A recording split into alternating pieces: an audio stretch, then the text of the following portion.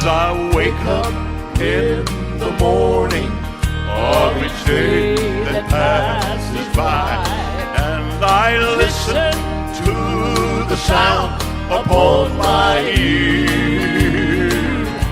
I can't help but keep a watch toward the eastern sky, and I wonder if the trumpet will be the next sound that I hear. 6 things that Jesus said. When you think about Jesus, what type of Jesus do you think of? Do you think of Jesus the carpenter? Jesus a man, a good man?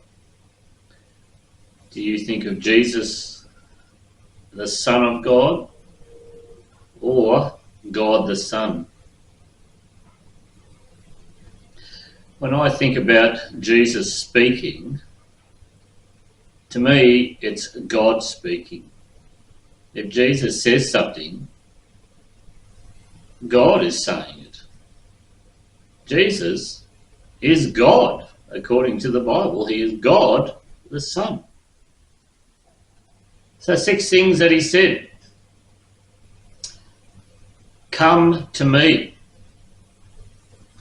They're simple words, but they're magnificent words. It's a great invitation. And Jesus says it with great authority because God is saying, come to me. Not a man in the world, in all of history, could say those words. But when Jesus says, come to me, you can take comfort knowing you can go to him and receive comfort. There's something that Jesus said that I quite like, and he says, I am gentle. It's a nice word. We may think of Jesus in a more confronting manner sometimes, but he says, I am gentle. And if he says that he's gentle, then God is gentle. So in that word, he revealed his nature and he revealed the nature of God, that I am gentle. And he says, I am lowly in heart. That was his servant attitude. So it's a wonderful verse. I am gentle. And Jesus said, I did not come to judge you. Jesus came to earth for 33 years, and he was on a mission. And his mission was like God reaching down out of heaven for you. And he didn't come to judge you. He came to tell you about the Father and about himself and God's plan for all of humanity. I did not come to judge you, Jesus said.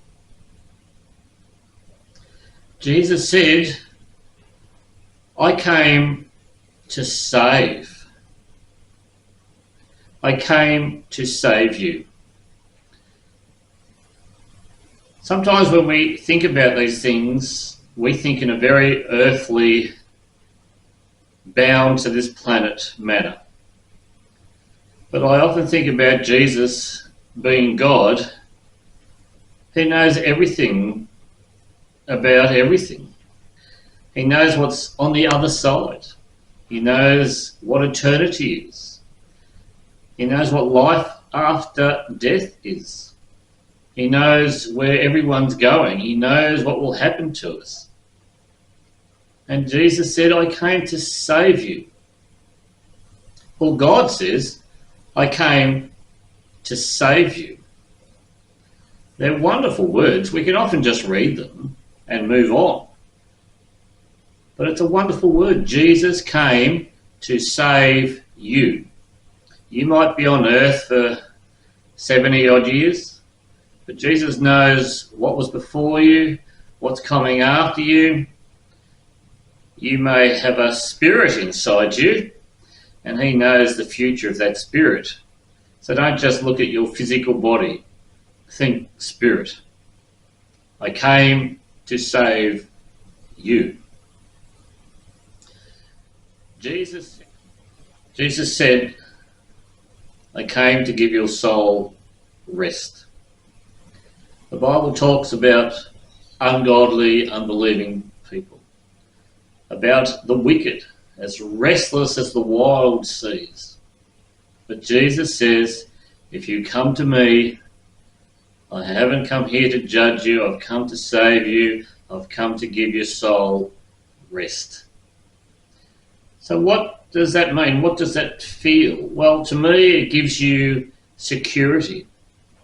It makes you solid. It gives you stability. Your soul knows, when it belongs to God, that it's home. Your soul knows that it's eternal. And your soul knows that it belongs to Jesus. And because your soul is eternal, everything else on earth really can fade into insignificance at times. In your daily lives and daily struggles, if you keep it in perspective, you become a much more rational, common sense, comforted, restful person. Because you know all these things will pass away and there will be a new heaven and a new earth, and your soul will be a part of it. How often do we hear, gee, I might be 50, but I feel much younger? And that's because your soul is eternal. It will live forever and ever and ever. And Jesus said, if you come to me and belong to me, your soul will be at rest. And that great hymn, it is well with my soul. And even though the sea billows roll and my ship's about to sink, my soul is at rest. And lastly, Jesus said, take my yoke, for my burden is light. And the reason the yoke of Jesus and his burden is light is because he shares your life with you. A yoke being that wooden crossbar that tied two oxes together while they pulled the plough around their necks. Yoke was used in many different ways in the Old Testament. It was the yoke of the animal, but it usually signified, say, an obligation or a commitment to something. It might be the yoke of faith. You're tied to that faith. The yoke of the law. You are committed to the law of God and you're bound to it. It might be the yoke of the kingdom. Well, if we take on the yoke of Jesus, we are tied to Jesus. Often they would put a young ox with an older ox and yoke them together, and the older one would teach the younger ox just how to do the job. Well, take the yoke of Jesus, take his burden, because you become a part of him. You become one with him, and all of your troubles, which you will still have, but it becomes a lighter burden to bear. These 6 things are wonderful words of Jesus, just 6 of thousands of words, but they're marvellous. Dwell on them. Consider these things. What a beautiful day for the Lord to come again. What a beautiful day for him to take his children home. How I long to see his face and to touch his nail-scarred hand. What